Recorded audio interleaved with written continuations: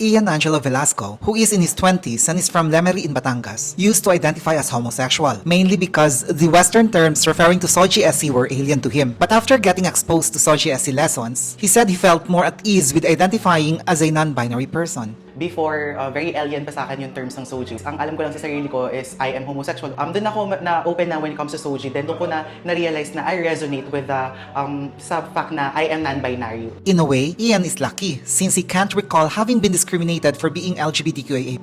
His parents, as an example, welcomed him. I have a sister.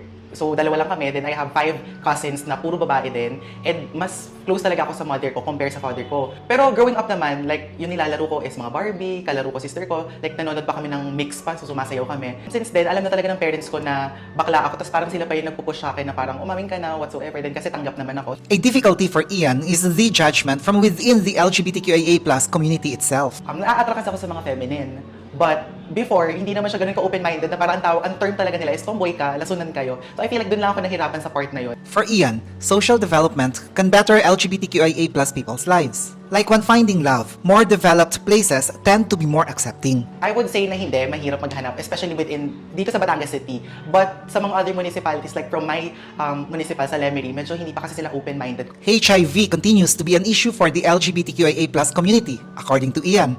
Sadly, some of the concerns are caused by internalized prejudice. Very prevalent pa rin talaga yung stigma and discrimination, especially to the persons living with HIV. So sila kasi nakakaranas talaga ng diskriminasyon mula sa community and also hindi lang sa society but also sa mismong community na nila. So, siguro more naglalak lang tayo sa proper implementation and sa proper cascading ng mga programs. In terms of the nearby municipalities, hindi siya ganun properly implemented. So, most of the people from other municipalities ay pumupunta pa dito sa Batangas City just to get tested. Isipin na lang natin yung hassle dun sa mga tao na kailangan pa nilang pumunta from one place to another just to get tested. If there is a lesson he wants people to learn about LGBTQIA+ persons, it is to accept them. Tao lang din naman kami. I-try nyo lang nakilalanin kami. Kasi most of the people, meron silang parang perception agad pag sinabing LGBT.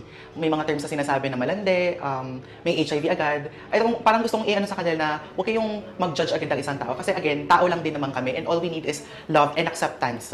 This is the same lesson he wants parents to learn about their LGBTQIA+ children. I-accept mo sila. Sabi nga ni Maxie Anderson is, masyado nang judgmental yung environment. Kahit man lang sa mismong bahay nila is may kakampi sila. In the end, LGBTQIA+ people should recognize that their very existence will not be easy. But for Ian, this does not mean they should stop living fiercely. Yung life na pinili natin is not going to be easy. We will face a lot of difficulties, discrimination, and talagang kailangan mo lang talagang maging matapang at maging malakas na harapin yung mga stigma and discrimination ng community.